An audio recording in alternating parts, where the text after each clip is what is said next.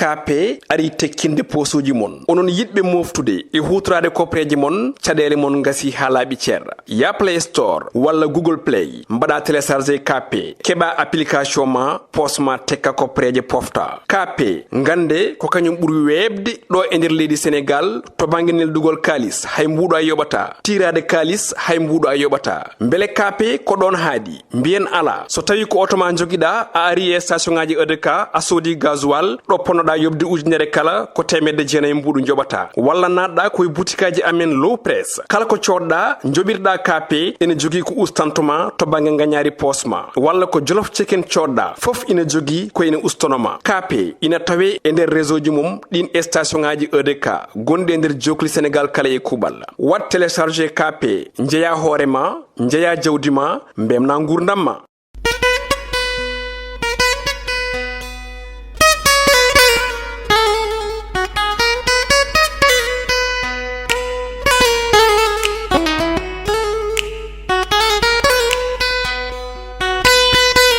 Assalamu alaikum wa rahmatullah bandiraɓe yeboɓe a yawo Piindi TV wonɓe nder leydi Sénégal ha e caggal leydi on calminama yinde on manama e jettode sikkala en garti e kattande jomiraɗo joom baɗe bawɗe gam humnude aadi amen e mon e kala subaka ɗo e plateau Piindi TV ko roɓino jayandeji joni koye jayandeji min paɗen. hande ko aljuma jeeɗiɗi lewru avril hitande ujunnaje ɗiɗi e nogas e tati jayandeji leydi men e oɗo subaka hande gaari e toɓɓe kewɗe mayno pamɗum e majji ɗen jimiɗo e jayandeji sappo walla jeenayyi en puɗɗorto jayande le quotidien nden ɗon jayande no wayno ari koye on ɗon waylo woni to banggue laamu leydi men Sénégal woni kono ngu ko wiyete état major des armées maw leydi Macky Sall ɓe mbi ko wayli gardigu ngu tawi o hokki ɗum ko biteɗo hono Mbaye Cissé on ƴetti ɗum koye junggo on biteɗo Cheikh Wade joguinoɗo on ɗon semga jayniyankoɓe noon mbi ko on ɗon général Cheikh Wade ni oɗo saaha suɓama ko witi koye officier mo ganduɗa ko ɓurɗo towde e nder konu leydi meɗen Sénégal e on tuma noon jayniyankoɓe mbi namdal ngal woni beele ko ɗum limogeage manam beele ko ittede mo tan e wawnere walla ala ko yidde ɓenninde on ɗon général mo ganduɗa ko ex général mbiyen woni ex gardinoɗo semga woni on ɗon Cheikh Wade jayniyankoɓe noon mbaɗi ko natal on ɗon gardiɗo konu leydi men Sénégal kesso ena hello tati e nder nden jayde witende quotidien le quotidien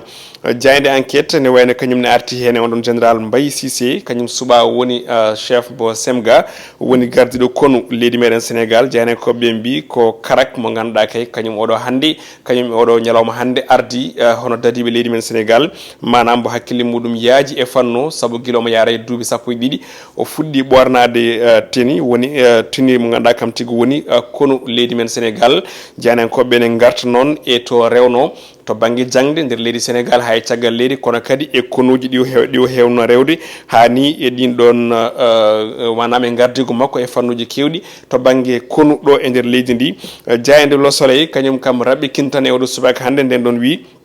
ina wayno ko on ɗon chef d' état major général des armées kesso ɓe mbaɗi ko namdal holi gonɗo oɗo général Mbaye Cissé ɗum ɗon ko wadde makko portrait manam natal makko ɗo rewi to banggue jangde ɗo jibina ɗo jeeya e kadi holko hemno ardade ɗo e nder leydi Sénégal surtout e toon to caggal leydi hollirde wonde ko gorko ganduɗo fanno kañum tigui e oɗo saaha hande ardi dadiɓe leydi ndi jayde Vox Populi kañum ne ari e fannu goɗɗo ɓe gaari koye conférence de presse woni kuccam e jayniyankoɓe ɓe ganduɗa ɓe goni avocat ji Ousmane Sonko e ko yewti ala haali procès makko diffamation hakkude makko e Mame Mbaye Niang jagoɗo tambiɗo gueɗe tourisme jayniyankoɓe mbi ko ɓen avocat ji Ousmane Sonko e oɗo saaha hande ina jogui kulhuli beele ko hemno ko Khalifa Sall wona ɗum woni e jeemade Ousmane Sonko e on tuma noon ɓe koliti wonde so tawi ko ɗum laamu ngu woni e wadde to leydi ndi fayi ɗo fewani et puis moƴƴani tawi noon haalɗin ko guri ko maître Bamba Cissé kollirɗo wonde appel jarano e ko yewti e nder ñawore yewtude sababu noon e wiide mabɓe tan ko yidde hadde Ousmane Sonko jeeyde ɗin sumgoji présidentiel 2024 jayde Sud Quotidien tawti kan ɗon haala ɓe mbi ko nden ñawore diffamation hakkude Ousmane Sonko e Mame Mbaye Niang ɗum ɗon ko caggal ɓe mbi tan ha joni ko hunde jokkude kono kadi hay goto anda ɗo jogude hade oɗo saaha ɓe mbi ko on ɗon manam défense ode kañum waɗi joué on ɗon prolongation woni ɓen daraniɓe ha joni hujjikinanade Ousmane Sonko batti gueɗe ɗe manam ɓeydi mintaji ɗi ko noon jayniyankoɓe mbi so tawi Mambay Nya wino ma wod deuxième mi-temps jane ko be mbi ko be do kanyumen ngari mbadi prolongation e ko yuti e on don procès mo ganda lombima hakkunde Ousmane Sonko e Mambay Nya jaayende besbi le jour ari e dawrugol 100% hakkunde Idrissa Seck e Idrissa Seck e Yankuba Diatara on don audience woni gol jindirgol hanki mobe jiwndiri be mi tan de ha joni ko kayisaji mawdi jiyeno ton sabu Idrissa Seck fof itudemo en cukko gardido ko yuti ko wala cukko dimmo on don landa rewmi kono de Yankuba Diatara hanki yehi to makko ngam weddem on don de ko wiite ha joni démission makko kono de Idriss Seck wattindi ko wasde jabde on don démission mo Yankuba Diatara kayisaji mawdi e ko yuti on don fanno ko non jeyne ko be mbi kono be mbi ha hande ko dum calcul politique mo Idriss Seck woni e yilade odo saha kona dum be gandini en mawlendi Macky Sall ma bismo ben rewbe jiyabe e der landa rewmi don jogori wonde ko hande ton to palais de la République na tawe e hello joyi e der den jayde besbi le jour jaayende L'As quotidien ari ko yuti ko e on révision liste électorale révision exceptionnelle manam yurnitade din on don liste électorale woni ben don wiitebe ha joni ko fotbe vodde hikka walla mo wuri walla ni e ben yibbe waylude hani be bindirno ko liste di be ko golde puddima hanki on tumo non jane ko be teski wonde ko be nodirtebe les primo votants kanyum men odo sa hande inana tan dangi tonto centre de tonto centre di ganda di ko enregistrement e der leydi men Sénégal woni ben fotbe wodde e lawol gadnol e hitande 2024 kanyum men ngoni ko teska kewindi mantidi e ko yite centre di tawte e der jogli Sénégal kala kubal hono jirdo ne natal ngal jane ko be ne gandini en wonde sukabe nana ton ngam yidde subade horeje leydi e sungoji 2024 jaayinde la turbine kanyum ari koy ngoja wanda kay odo saha woni ngabugol prix do e der leydi Sénégal be bitande ko fet pak kono kade julde korka e odo saha ina yerbi tawi sababu o no wene ko dindon prix ji cembudi to bangi coggu tew nay baali hay ko nandi hen gertode ha e pork manam baade woni ko ben rewbe di isa en ko be kanyumen ne pay koy julde mumen jenen ko be mbi ko fannode memota ko e odo saha be koliti wonde non ha handi ina jogana kulhuli e ko yiti e mbelem dindon fetuji tijjadi woni pak kam e julde korka jande stade quotidien ko don guddirten ko yiti ko e robino men jande je odo nyalawma hande no jirdon ni ko natal gorko mo ganno woni Kalidou Koulibaly capitaine équipe nationale du Sénégal jane ko be ngari koy on performance hande bo jogi kono kadi sembe bo hokkiri din kipuji national kam e tonto Chelsea be koliti wonde gil mois de janvier lewru janvier mayndu hay match goto ratani tonto Chelsea kono kadi hay remplaçant o wadaka do kadi équipe nationale du Sénégal be koliti ko dum neddo o poddo nyembede no feewi ko yoti e bangi ha joni gonka makko to bangi football kono dum jane ko be mbi ko sappo e jeedi du match deggondirde di wadi do e der leydi Sénégal tawi o wada ka remplaçant kono kedo jodaki ba kono dum ngarti e ko buri temedde joyi match mbo fetti e din dub makko capantati e go kanko Kalidou Koulibaly capitaine kippu gendijo leydi Sénégal goddum ko tawete hen ko Chelsea et Edouard Mendy grand porteur badado licencié woni ita e lomtinadon hono Frank Lampard jane ko be mbi ko tout simplement mo ganda kan woni Edouard Mendy yiti entraîneur mudum e siftinde sabaden gandi ko kanko Frank Lampard sabino garangal o mo ganda kan woni Edouard Mendy tonto Chelsea espoir woni debnaren joga on don gardien portier équipe nationale du Sénégal ma heptu on don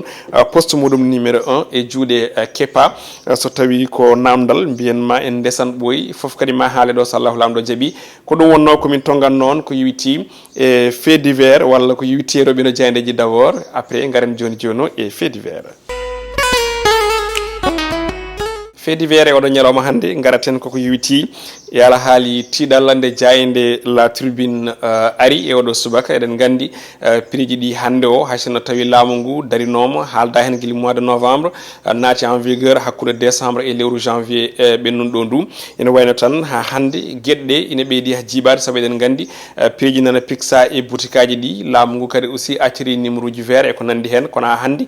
ciogul di ene jokki beydade hay goto ronki famde exactement holto cadele ngoni bele koy laamu ngu walla koy ben jomen boutikaji en grossiste en hani ben yeyobe en détail eden gandi fannuji di à chaque fois wona ko doftano fewi der leydi Sénégal do e Dakar hay ko tayi dum ne wayno gueɗɗe nande ɓeydi hattide ɗum woni ko jiiɗen e oɗo saaha saabima noon wadde hen yewtere ina manam ina jojjani en enen ɓe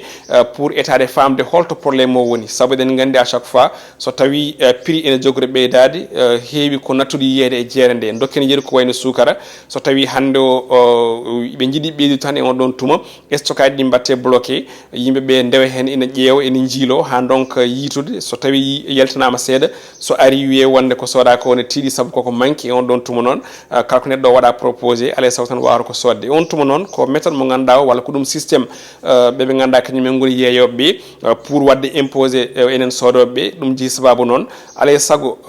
ko wiyete ko wullitade yonta wullitade nde woni ko hay goto woto hoof juuɗe wiye wonde min ɗum nawranimi so tawi kilo sukara wino ko 115 hande ne yeeye 150 woni hen e nokkuji woni hen ko 150 ha 160 wonto yi ha 1000 francs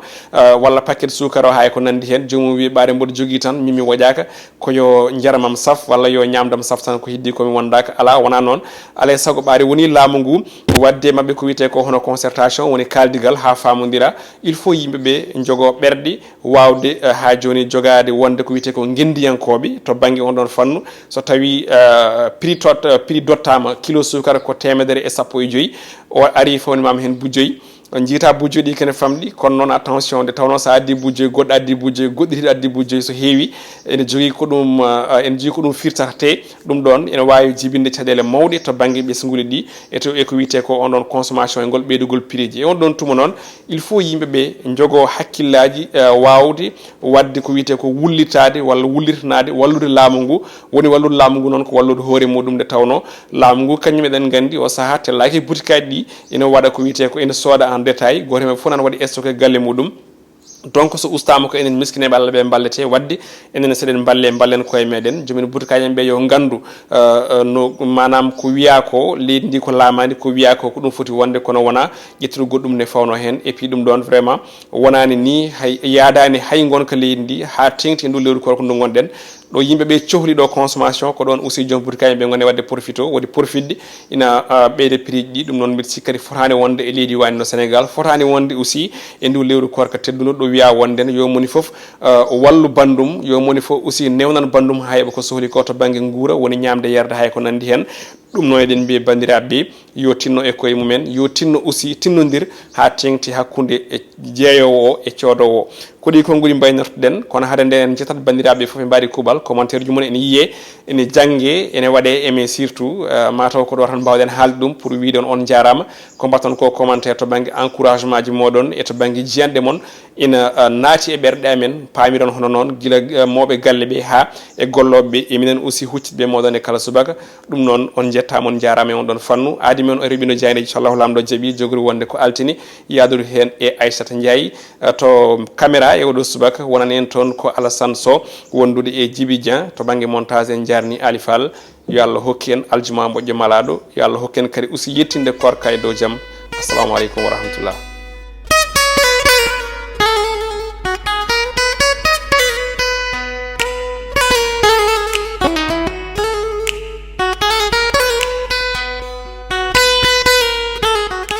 KP ari tekkinde posuji mon onon yidɓe moftude e hutorade koppeji mon caɗele mon gasi ha laaɓi ceerɗa ya Play Store walla Google Play mbaɗa téléchargé KP keɓa application ma posma tekka koppeje pofta KP gande ko kañum ɓuuri webde ɗo e nder leydi Sénégal to banggue neldugol kalis hay mbuɗo a yoɓata tirade kalis hay mbuɗo a yoɓata beele KP ko ɗon haadi mbiyen ala so tawi ko auto ma joguiɗa a ari e station ngaji EDK a soodi gasoil ɗo ponnoɗa yobde ujunere kala ko 900 mbuɗu joɓata walla natɗa koye boutikaji amen low press kala ko coɗɗa joɓirɗa KP ene jogui ko ustantoma to banggue gagnari posma walla ko jolof chicken coɗɗa foof ina jogui ko ene ustonoma KP ina tawe e nder réseau ji mum ɗin station ngaji EDK gonɗi e nder jokli Sénégal kala e kuuɓal wat téléchargé KP jeeya hoorema jeeya jawdi ma mbemna gurdam ma.